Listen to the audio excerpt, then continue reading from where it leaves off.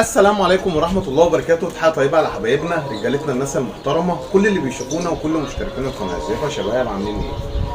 شوفوا يا شباب، احنا المصريين او في مصر الرئة المصرية احيانا نهتم بنوع نرفعه في السماء، واحيانا نهمل نوع من الانواع ننزله في الارض.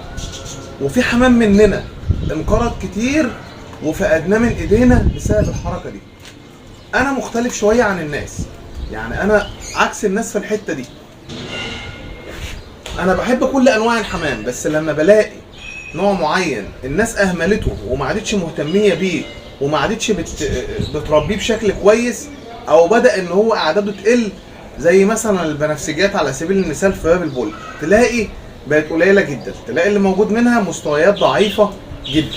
وقيس على كده بقى حمام كتير زي كشك المصري الاصيل مثلا.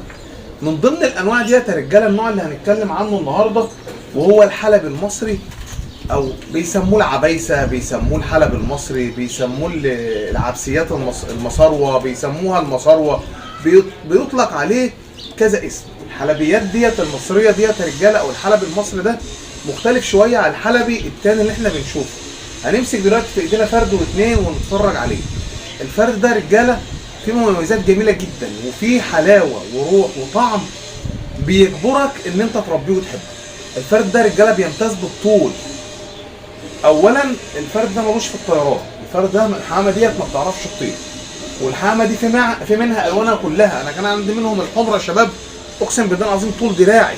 عندي منهم الصفر نفس الكلام، ببريت من ودن لودن، غير الحلب اللي احنا بنشوفه اليومين دول كده ابو تقليب على قده ده. في منهم السود صعبين، في منهم الشماسوه تلاقوهم طول كده. في ناس غاويه الباب ده رجاله وبتربيه، بس قليلين جدا. والحمامه دي قلت قوي، الحمامه دي هتنقرض.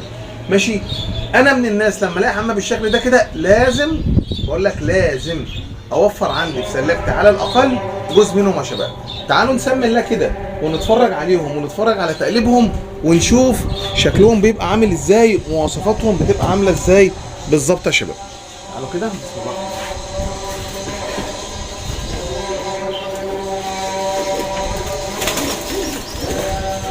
طبعا حمامه بتمتاز بالضخامه، بتمتاز بتقل الريش زي ما انت شايف كده.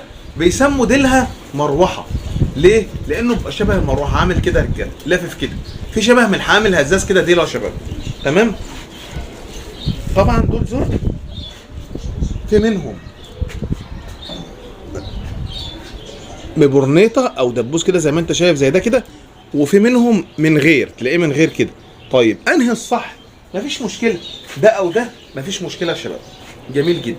بيمتاز بتقل ريش الديل، وعدد الريش الديل بيتخطى ال 20 ريشه وال 24 ريشه كمان. تعالوا مع بعض قدامكم كده نعد الريش حتى بتاع الديل اهو. بسم الله الرحمن الرحيم. ده واحد، انا عارف والله ان انت رخم وهتقرفني، ده انت كمان النتايج.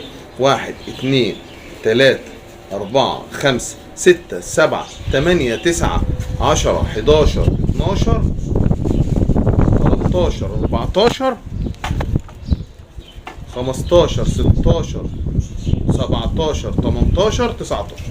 النتايه ديلها 19 ريشه. طيب الناس اللي متمكنه من الباب ده بيهمها جدا التقليد ده رجاله، عدد الريش. انا بربيهم حبي فيهم مش اكتر. تعالوا بقى نشوف الذكر كده ونشوف عدد ريش الذكر اخباره ايه. والحمام ده رجاله لازم يتفرغ في عين واسعه وعين كبيره. الحمام ده ايه؟ رجلك وجعك كلها حاجه.